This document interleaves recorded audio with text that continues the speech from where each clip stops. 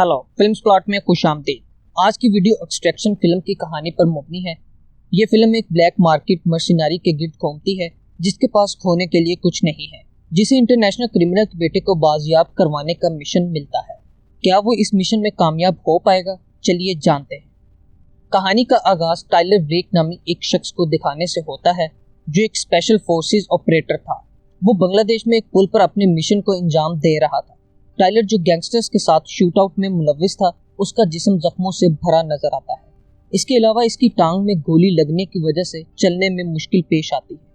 Scene फिर बदलता है और हम एक फ्लैशबैक में जाते हैं जहां हम एक हाई स्कूल देखते हैं जो इंडिया में है। एक बच्चा स्कूल से निकलता है जिसका नाम ओवी महाजन है, जो अपने दोस्तों के साथ एक लग्जरी कार में सवार होता है। ओवी फौरन घर नहीं जाता, वो अपने दोस्तों के साथ खेलने में वक्त गुजारता है। ताहम ओवी को सज्जू से डांट डपट पड़ती है जो इसकी सिक्योरिटी का सरबराह है। ओवी जो एक भारतीय ड्रग डीलर का बेटा है, लिहाजा इसकी हिफाजत और सिक्योरिटी हमेशा सज्जू की अवलीन तरजीह रहती है। ताहम ओवी जो ऐशो इशरत की जिंदगी गुजार रहा होता है, वो खुशी नहीं महसूस करता क्योंकि उसका बाप हमेशा इसके दोस्तों से ताल्लुक को महदूद करते रहते हैं। एक रात ओवी घर से चोरी छुपे बाहर निकलता है ताकि नाइट क्लब में अपने दोस्तों के साथ मजे कर सके। पार्टी में वो और उसका दोस्त गैराज में सिगरेट पीने के लिए जाते हैं। तब उनके सामने कुछ करप्ट पुलिस ऑफिसर जाहिर होते हैं। ओवी इसके दोस्त को गोली मार देते हैं जिससे वो फौरन हलाक हो जाता है। इसके बाद पुलिस ओवी को अगवा करती है। अगले दिन सज्जू ओवी के बाप को मिलने के लिए मुंबई जाता है जहां वो जेल में कैद होता है। सज्जू फौरन ओवी के बाप को इसके अगवा के बारे में बताता है और इसका बाप सज्जू पर बहुत गुस्सा होता है क्योंकि वो इसके बेटे की हिफाजत का फर्ज अदा नहीं कर सका है। वो तावान की रकम अदा नहीं करना चाहता क्योंकि ये उसकी साख को नुकसान पहुंचा सकता है। इसने सज्जू को अपने बेटे को दोबारा वापस लाने के लिए हुक्म दिया और इसी के साथ वो सज्जू के बेटे को कत्ल करने की धमकी देता है। ओवी के बाप कैद में हैं तो इसके तमाम असासे मुंजमद हैं, लिहाजा इनके पास इतना पैसा नहीं है कि वो ओवी का तावान अदा करें या एक स्पेशल फोर्सेस यूनिट को ओवी को बचाने के लिए हायर करें। लेकिन ये लगता है कि ओवी के बाप को इस बारे में सोचने की जरूरत नहीं है और वो सज्जू को तेजी से इक़दामात करने को कहता है ताकि वो ओवी को बचा सके। सज्जू फिर अपनी बीवी के साथ इस मामले पर गुफ्तगू करता है जहां उसने उसे बताया कि वो किसी को हायर कर सकता है ताकि वो ओवी को बचा सके। हालांकि इसकी फीस काफी होगी। महदूद माली वसाइल के साथ सज्जू ने एक मंसूबा बनाया है ताकि वो ओवी को बचा सके और मजीद खर्च ना करना पड़े। सीन फिर तब्दील होता है और ऑस्ट्रेलिया की एक जगह दिखाता है जहां टाइलर अपने दोस्तों के साथ आराम कर रहा है। टाइलर फिर नीचे झील में छलांग लगाता है। वो फौरन झील की सतह पर जाहिर नहीं होता है। टाइलर ने अपनी सांस रोकी रखी और अपने गुजरे हुए वक्त को याद करते हुए एक लम्हे के लिए झील के तह तक पहुंच गया। जब टाइलर घर वापस लौटता है तो वो देखता है कि एक हेलीकॉप्टर यार्ड में लैंड हो गई है जहां एक खूबसूरत लड़की निक खान इंतजार कर रही है। निक टाइलर की हैंडलर और टीम की रुकन है।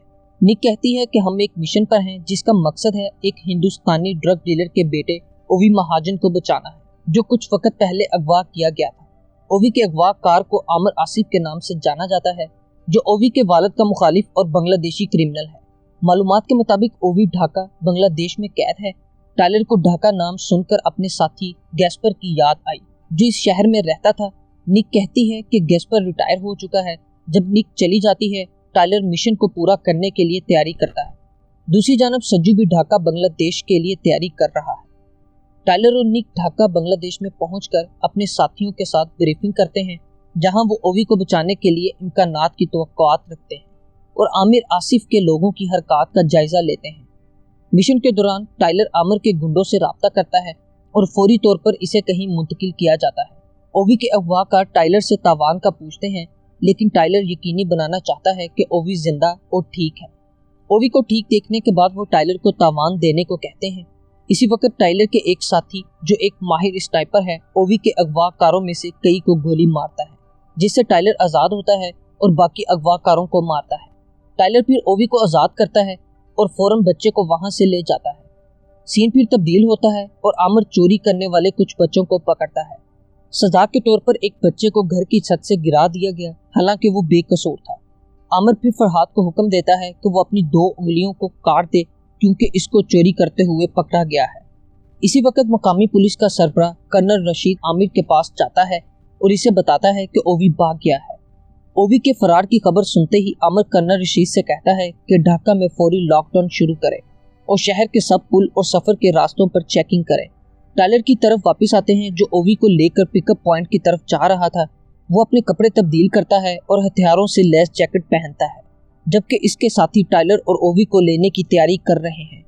दूसरी तरफ निक और इसकी टीम ने ओवी के वालिद के एक गुंडे से राब्ता किया है कि वो फौरन अदायगी करें, क्योंकि ओवी को जल्द ही उठाकर वो हिफाजत से इंडिया छोड़ने वाले हैं। निक ने कहा कि वो रकम को 7 मिनट के अंदर मुंतकिल करेंगे।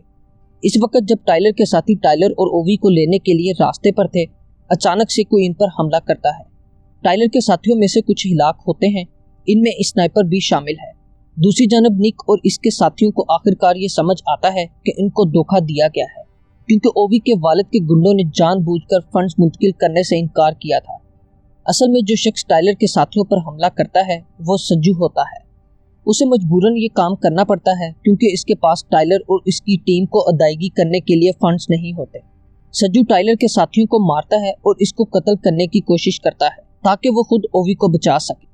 इसी वक्त कन्ना रशीद को मालूम होता है कि टाइलर और ओवी कहाँ हैं और वो फौरन अपने लोगों को तलाश करने के लिए हरकत में लाता है।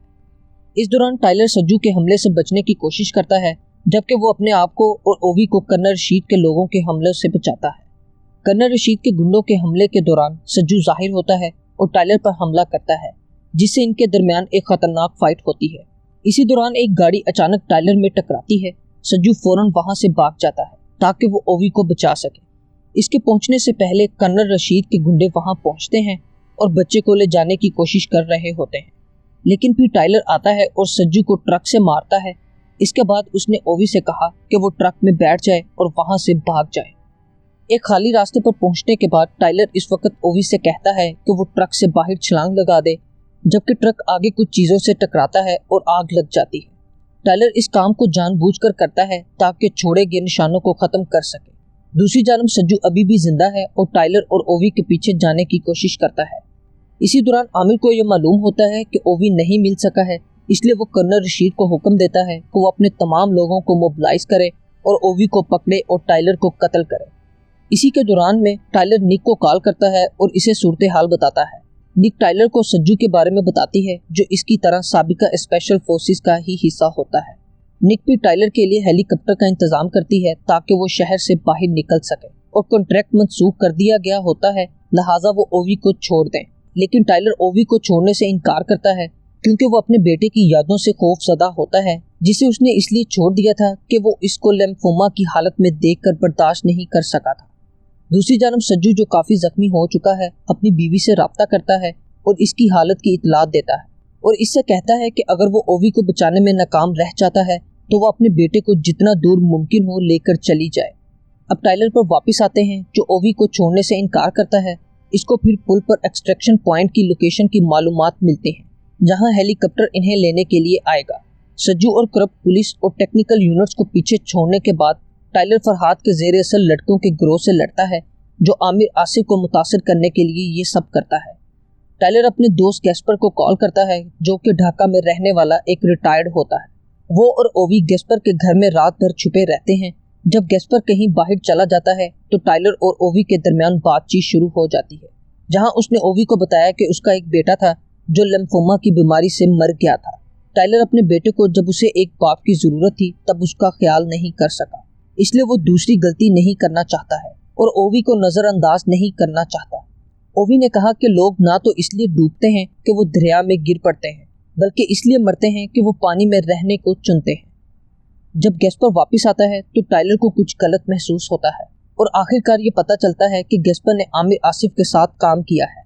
गैस्पर बताता है कि आमन ने ओवी के सर पर $10 मिलियन की कीमत का इनाम रखा है, जो वो टाइलर के साथ शेयर करने की पेशकश करता है अगर वो ओवी को मारने की इजाजत दे।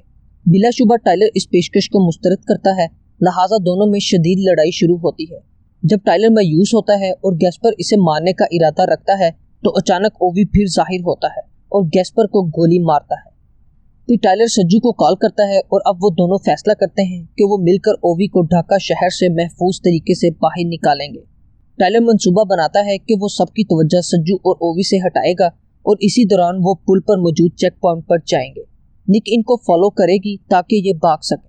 अगले दिन टाइलर कन्ना रशीद के लोगों पर फायरिंग करना शुरू करता है ताकि वो सज्जू और ओवी से इनकी तवज्जो हटाए और वो एक कार में भागने की कोशिश करते हैं। दूसरी तरफ निक ने भी अपने हथियार तैयार किए ताकि वो टाइलर को ओवी को बचाने में मदद कर सके। पुल पर पहुंचते हैं, कर्नल रशीद के लोग वहां पहले से मौजूद होते हैं और सज्जू को पहचान लेते हैं। सज्जू ओवी की हिफाजत करने की कोशिश करता है और वो कर्नल रशीद के लोगों से लड़ता है। इस दौरान कहीं दूर से आमिर स्कोप के जरिए पुल पर लड़ाई होते देखता है। फिर उसने कर्नल रशीद को हुक्म दिया कि पुल पर अजाफी फौजियों को भेजे ताकि ओवी को बचाने की कार्रवाई को रोका जा सके। कर्नल रशीद के तमाम लोगों को शहर की सड़कों पर कत्ल करने के बाद टाइलर सज्जू और ओवी के पीछे पुल की जानब जल्दी से जाता है। निक और बाकी बचे हुए मर्सिनारी भी पुल की दूसरी जानब पहुंचते हैं ताकि टाइलर की मदद कर सके। इनकी कर्नल रशीद के लोगों से खतरनाक शूटिंग होती है जो हेलीकॉप्टर की मदद से फायरिंग करते हैं। निक आखिरकार हेलीकॉप्टर को गिरा देती है, लेकिन कर्नल रशीद फौरन हमला करता है जो हेलीकॉप्टर को गिराने की कोशिश करता है, जो टाइलर और ओवी को ले जाने वाली टीम का है। कर्नल रशीद ने सज्जू को भी गोली मार दी है जिससे वो मर गया। फिर निक ने इसे काबू किया और दूर से शूट करती है जब वो टाइलर को गोली मारने की कोशिश कर रहा था। अगरचा टाइलर का जिस्म बहुत जख्मी हो गया है, वो मजीद ओवी को बचाने की कोशिश करता है और इसे हदायत करता है कि वो फौरी तौर पर एक्सट्रैक्शन टीम के हेलीकॉप्टर की जानब भागे। इसी वक्त वो अकेला कर्नल रशीद के लोगों को मारता रहता है। बहुत जख्मी होने के बावजूद टाइलर ओवी के पीछे हेलीकॉप्टर तक पहुंचने की कोशिश करता है, जबकि वो फरहाद की तरफ से गर्दन में गोली खाकर गिर जाता है। ओवी को महफूज देखकर वो अपने बेटे की यादें ताज़ा करते हुए दरिया में गिर जाता है। निक और उसकी टीम आखिरकार ओवी को लेकर मुंबई पहुंचते हैं। 8 माह बाद ओवी देखा जाता है जो अब स्कूल में वापस आ गया है और स्कूल के स्विमिंग पूल जाने के लिए तैयार हो रहा है। वो अपने स्कूल के स्विमिंग पूल में छलांग लगाता है ताकि अपना सांस रोकने की प्रैक्टिस कर सके, और तभी वो पूल में टाइलर का अक्स देखता है। दूसरी तरफ आमिर रेस्ट रूम में निक खान से मिलता है जिसे फौरन उसने गोली मार दी है। यही फिल्म टाइलर का इख्तिताम होता है जब ओवी पानी की सतह पर आता है और एक धुंधला अक्स देखता है जो इसे टाइलर का लगता है। अगर आपको ये वीडियो अच्छी लगी तो लाइक करें, शेयर करें और चैनल को सब्सक्राइब करें और बेल नोटिफिकेशन को ऑन करें। शुक्रिया।